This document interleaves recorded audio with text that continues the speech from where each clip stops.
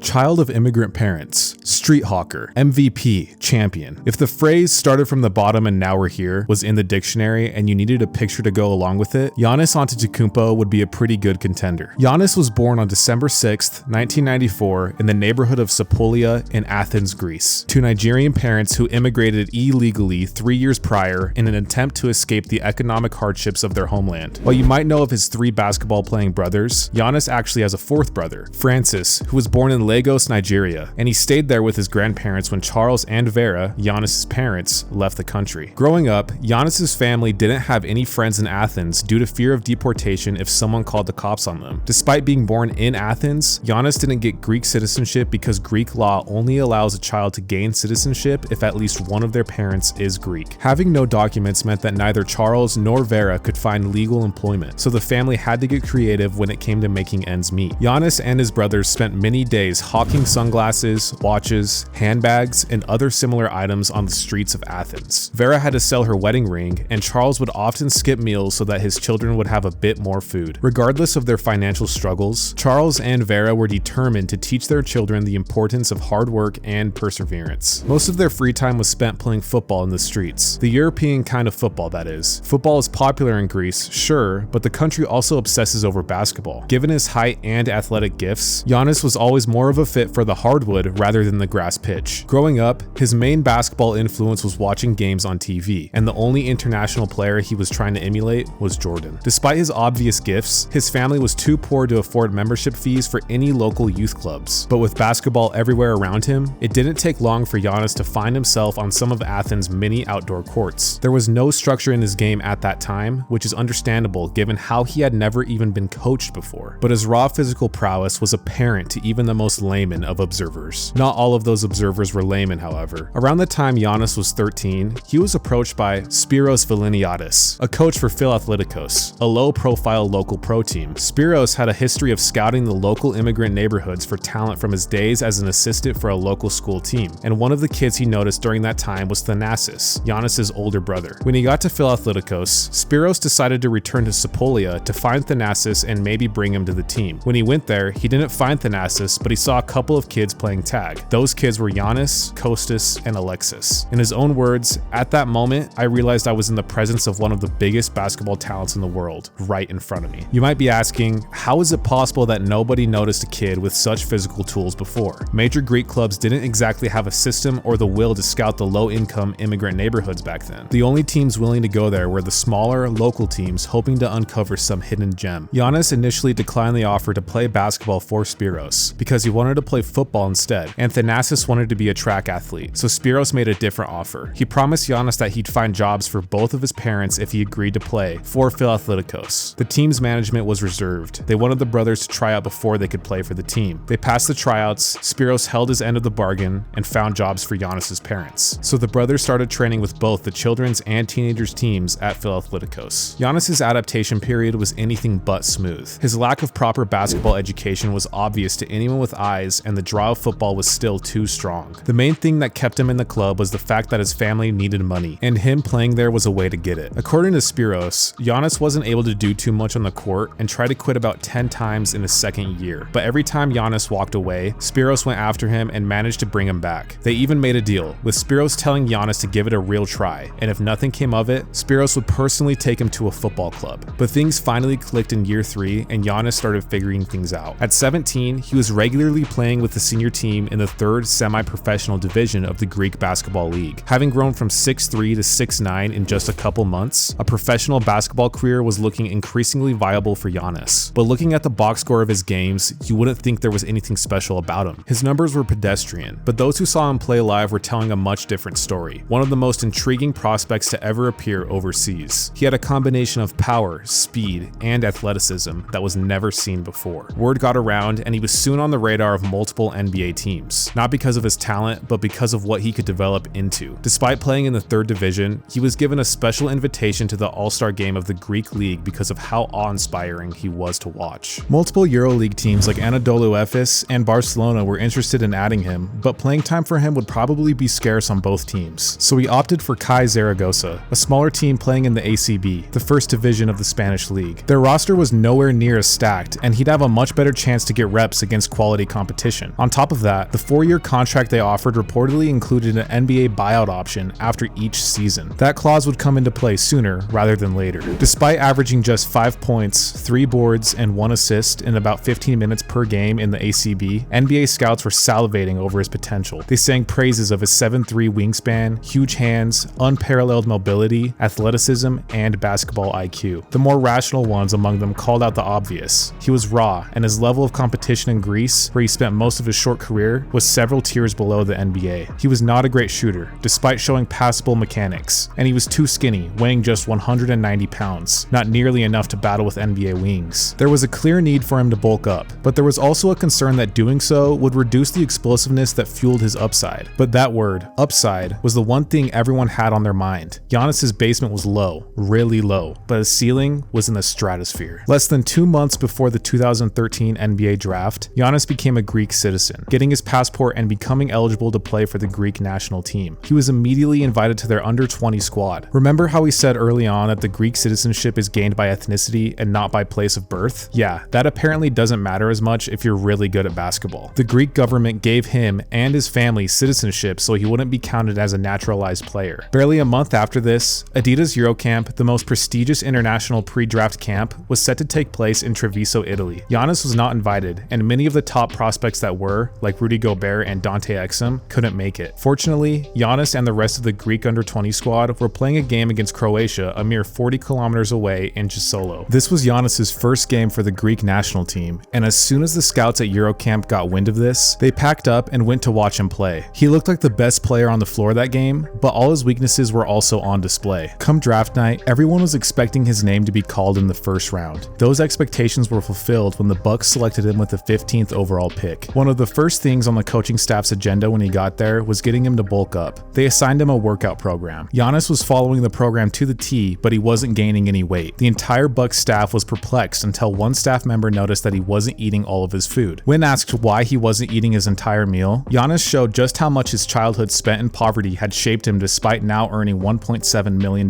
per year. He said that he was saving food for later because he wasn't sure that it would keep coming. Giannis grew up malnourished with his first meal of the day sometimes coming at 11 p.m. A doctor who performed a checkup on Giannis pre-draft said that he had a liver of a 70-year-old due to not getting enough food. Only after the Bucks reassured Giannis that he was now a millionaire and that he'd get all the food he wanted did he finally start eating properly, and it showed quickly. Just compare Giannis's physique when he first came to the Bucks with how he looked in year 3. Bulk wasn't the only thing that the coaching staff went to work on. Despite not being a great shooter, his mechanics were okay, and a few minor tweaks here and there would have been enough. For some reason, the coaching staff decided to change his mechanics from the ground up. Those changes destroyed his shot, and he would never be a threat from deep in the NBA. But he developed into a threat in absolutely every other department. His rookie year was a period of rapid adaptation, and he was doing about as well as you could expect. He even led all rookies in blocks that year and got an invite to the Rising Stars game during All-Star Weekend. At the end of the season, he was named to All-Rookie Second Team and finished 7th in Rookie of the Year voting. Jason Kidd took over the coaching position in the offseason, and he bumped Giannis's minutes from 25 to 32 per game. Giannis continued developing in almost all areas and even earned the Eastern Conference Player of the Week honors at one point during February of 2015. This year gave him his first playoff experience, but it was short-lived as the Bulls knocked them out in the first round. In year 3, Giannis started flirting with triple-doubles, finally recording his first one with 27, 12, and 10 in a win over the Lakers. At just 21, he became the youngest Bucks player to date to record a triple-double. This was the 2015-16 season, and you probably remember a little team from that season called the Golden State Warriors. They started the season 24-0, the best start in NBA history. The Bucks snapped that streak, with Giannis recording a near triple-double in the win. The Bucks may have missed the playoffs, but it was clear that Giannis had arrived. The Bucks rewarded him with a 4-year, $100 million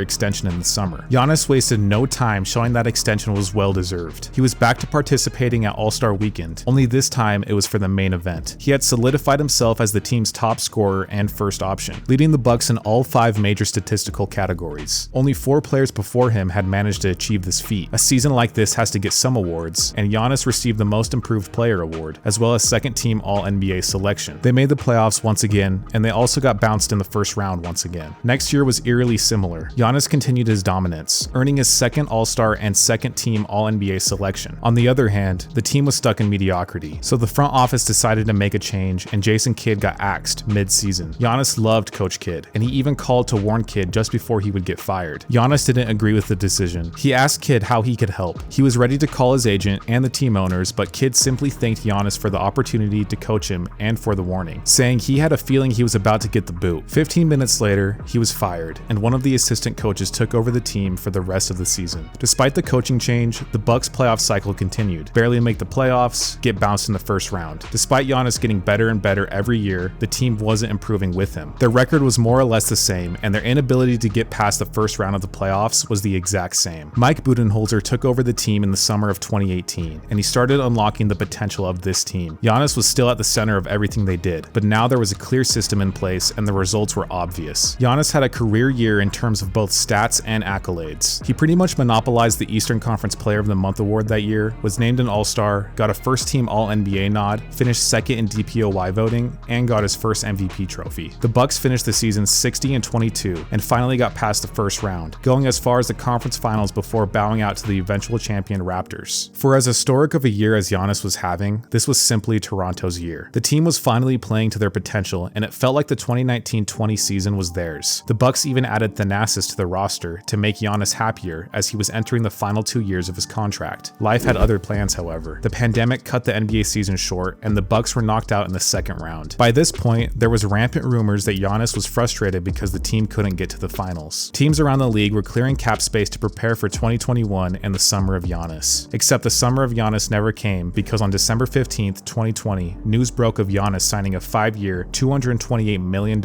extension, the largest in league history up until that point. The 2020-21 season was unusual. It started in December 2022 and it was shortened to 72 games. Giannis was a man on a mission. He averaged new career highs for points and rebounds, but his two-way impact this year was higher than ever before. Him leading the team in scoring and locking up multiple opposing players on the other end was a near nightly occurrence. He was such a force of nature that year that he was named both the MVP and DPOY. For a bit of context, only Hakeem and Jordan managed to pull that off before him. The Bucks finished the regular season as the 3rd seed, and they immediately got a rematch with the Miami Heat in the first round. Giannis and the gang were hungry for revenge, and they delivered it in the form of a quick sweep. We got a certified classic in the second round, with the series against KD and Brooklyn going to 7. KD would have hit a game-winning 3 in Game 7 had his foot been a bit shorter. Instead, we got a 2 instead of a 3, and the Bucks won the game in overtime. The Atlanta Hawks managed to get to the Eastern Conference Finals on the wings of Trae Young, and they were all that stood between the Bucks and the finals. Atlanta stole home court in Game 1, but the Bucks won the next 2. Game 4 nearly changed the course of NBA history. During the third quarter of Game 4,